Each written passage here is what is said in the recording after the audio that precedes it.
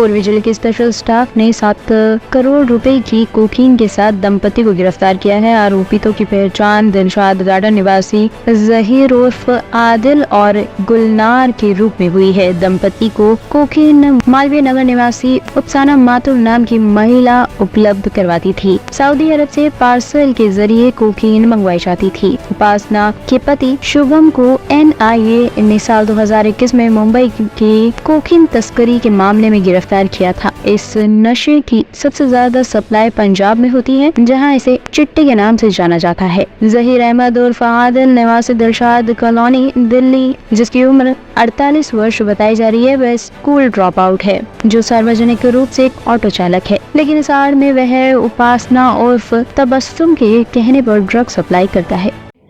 काफ़ी मेहनत करके काफ़ी मल्टीपल जगह पे रेड करके हमने बड़ी मात्रा में कॉन्ट्राबैंड सब्सटेंस जो है कोकेन हमने रिकवर किया है। उसका लगभग अमाउंट होगा जिसको रिकवर किया है वो 7 करोड़ की लगभग की अमाउंट है और काफ़ी भारी संख्या में उसको रिकवर किया है। उनके एसोसिएट को भी पकड़ने की कोशिश जारी है अभी और आगे का और पीछे का ट्रेल भी निकालने की कोशिश में अभी हम लोग लगे हुए हैं। इसमें हमने परसों रात को हमें इनपुट मिली है कि एक सीक्रेट इन्फॉर्मर ने इन्फॉर्मेशन दिया था कि एक आदमी LBS हॉस्पिटल के पास आके उनके एसोसिएट को थोड़ा सा कॉन्ट्राबैंड सब्सटेंस देने की कोशिश कर रहा है। तो उसी दौरान हमारी टीम जो स्पेशल स्टाफ की है वो अलर्ट हो गई थी और उन्होंने अपना टीम एक और बना लिया था और उनको हमने LBS हॉस्पिटल के पास डिप्लॉय कर दिया था। ये जो सीक्रेट इन्फॉर्मर ने हमें बताया था उस आदमी के ऊपर, तो उनको हमने पकड़ लिया था। उस आदमी का नाम पता चला है कि जहीर अहमद एलियास आदिल है और ये 48 ईयर ओल्ड है और इनके पास से हमें पर्सनल कर्सरी सर्च पे 150 ग्राम्स कोकेन मिल गई थी। उसी वक्त उनको थोड़ा सा इंट्रोगेट किया था कि कहाँ से आया, कहाँ पे मिला और वो सारी चीज़ें पूछताछ करने पर उन्होंने ये बताया कि उनके घर पे भी काफ़ी मात्रा में कॉन्ट्राबैंड सब्सटेंस रखी हुई है।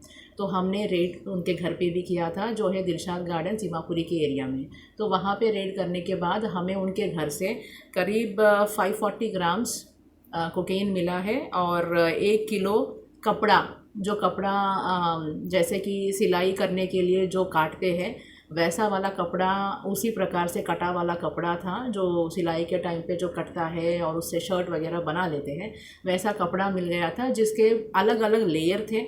अलग अलग लेयरिंग पे उन्होंने कोकेन पाउडर को पूरा स्प्रेड करके उस पर एम्बेड किया हुआ था। उन्होंने पूरा पकड़ा दिया था कपड़े के ऊपर पूरा कोकीन को। तो ऐसे काफ़ी लेयरों के साथ कपड़े को उन्होंने सिलाई करके उस टेलर जैसे कपड़े बनाते वक्त काटते हैं उस तरह से काटा हुआ था।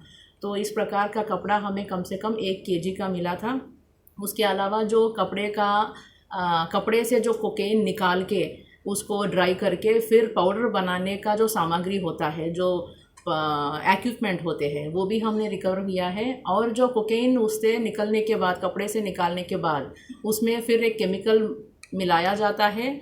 उसके बाद जो है कोकेन जो है कंज्यूमेबल तरीके से बनाया जाता है। तो वैसा वाला जो केमिकल है वो भी करीब 1 किलो की मात्रा में हमें मिली है। तो इतना सारा हम इनके घर में से मिला है और इनके घर पे इनकी पत्नी के पास से भी हमने 50 ग्राम का कोकेन रिकवर किया है जो इसी 540 ग्राम्स में इंक्लूडेड है। दोनों को हमने इंट्रोगेट किया है, कहाँ से लाए, कहाँ लेके जा रहे हैं और कैसे ये प्रोसेस करके कहाँ पे बेचते हैं। तो हमें इंट्रोगेशन पे ये पता चला है कि एक लेडी है उपासना माथुर नाम की, उपासना माथुर एलियास तबस्सुम। ये लेडी जो है इनको करीब 4-5 साल से जानती है थ्रू सम एक्वेंटेंस। उनके कॉमन फ्रेंड थे, उनसे इनकी परिचय हुई थी। बट ये उपासना माथुर जो है इनके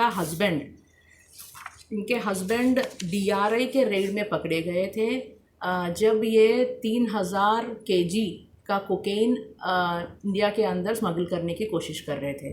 तब NIA के पास ये केस FIR हुआ था। FIR की नंबर है 26/21 under section 17/18 unlawful activities prevention act and 8C23 NDPS act and 120B IPC जो है क्रिमिनल कॉन्स्पिरेंसी वाला सेक्शन।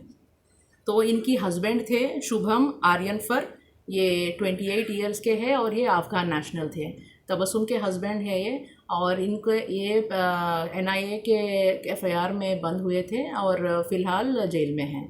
और तबस्सुम जब से ये 2021 में जेल चले गए थे, इन लोगों को, वो है ज़हीर अहमद को और उनकी पत्नी गुलनार, इन दोनों को इस्तेमाल करके अपना जो कॉन्ट्राबैंड सब्सटेंस है ये इनके थ्रू प्रोसेस करवा के आगे भेजने की कोशिश कर रही है और पहले भी करते हुई आई है। 2021 से ये इनके संपर्क में है और इनसे ये काम करवा रही है।